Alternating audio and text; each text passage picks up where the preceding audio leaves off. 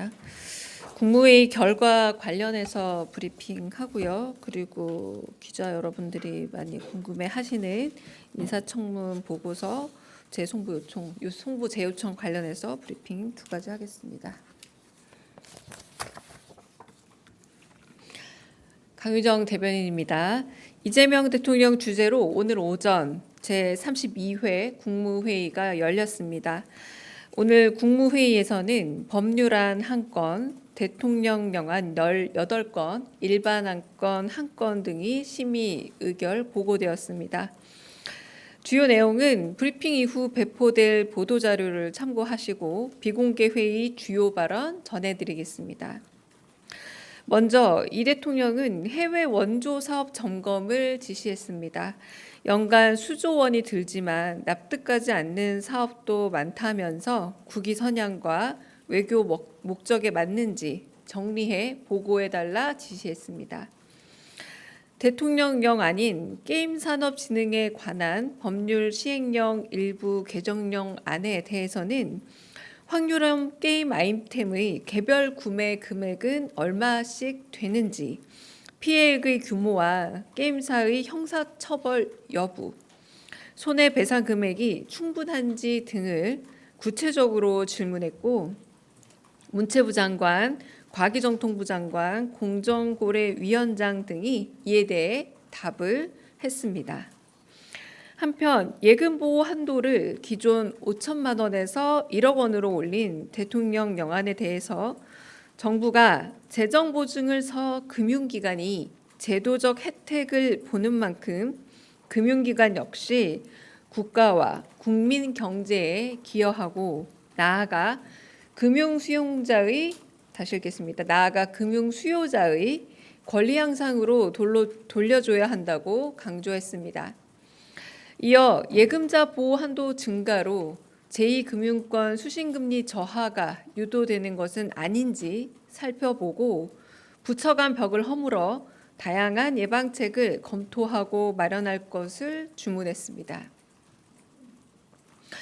이어 행정안전부를 중심으로 관계부처 합동으로 폭우 피해 현황 및 향후 대책, 지원 계획과 상습 피해 지역 관리 및 향후 개선 방안, 마지막으로 구조적 수혜 요인 분석 및 개선 방안으로 나뉘어 보고됐습니다. 행정안전부는 오늘 안으로 요건을 충족하는 지자체들은 특별재난지역으로 선포하게 추진하겠다 밝혔고, 기획재정부는 재해 재난 대책비와 목적 예비비 등 재난 피해 복구비로 쓸 재원이 충분하다는 내용을, 과학기술정보통신부는 특별재난지역 선포 시 통신, 방송요금을 일괄 감면하는 내용을, 농림축산식품부는 빠른 현황 파악과 복구비 지급을 위해 손해평가 인력이 사전 배치되었음을 보고했습니다. 이 대통령은 피해 지역 조사를 위해 농림축산식품부의 신속 대응을 칭찬하면서 행정에서는 속도를 높이는 것이 매우 중요하며 특히 재난 상황에서는 더욱 그렇다라고 강조했습니다. 국무회의 마무리 무렵 김영훈 고용노동부 장관은 산재공화국 오명에서 벗어나기 위해 장관이 직접 단장을 맡는 안전한 일터 프로젝트를 가동하겠다면서 주 1회 현장을 불시 점검하고 그 결과를 매주 국무회의에 보고하겠다 했습니다. 이에 이 대통령은 산재 사망 1위 국가라는 소리가 더 안 나오도록 잘 대처해달라 당부했습니다. 끝으로 이 대통령은 곧 교체될 전임 국무위원들을 향해 공직자로서의 사명과 책임을 충실히 이행한 뒤 곧 교체될 전임 국무위원들을 향해 공직자로서의 사명과 책임을 충실히 이행해줘 진심으로 감사하다며 정권 교체 이후 임무 교대가 즐거울 수 있기를 희망한다 했습니다. 마지막으로 신임 국무위원들을 향해 입법부는 감시와 견제를 하지만 행정부는 행정 집행 부서임을 유념해 달라면서 평가는 정권이 마치는 날 국민의 삶이 더 나아졌음을 확인하는 때 이루어진다. 진력을 다해 국민의 삶을 개선해 줄 것을 당부한다 말씀하셨습니다. 이어 공직자는 국민 위에 있는 게 아니고 국민과 함께 국민을 떠받치는 충직한 일꾼임을 거듭 강조했습니다. 이상입니다. 두 번째 브리핑하겠습니다.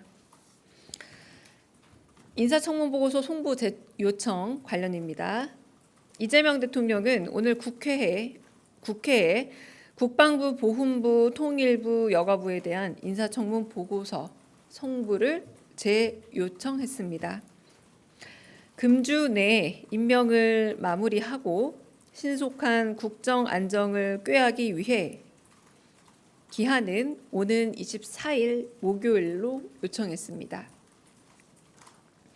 청문보고서 송부 기한은 인사청문회법 제6조에서 규정하는 재요청 기간, 과거 사례, 그리고 국방부, 보훈부의 재요청 기한이 이번 주 토요일 7월 26일이라는 점을 고려해 7월 20일부터 사흘이 경과한 7월 24일까지로 정했습니다. 이상입니다.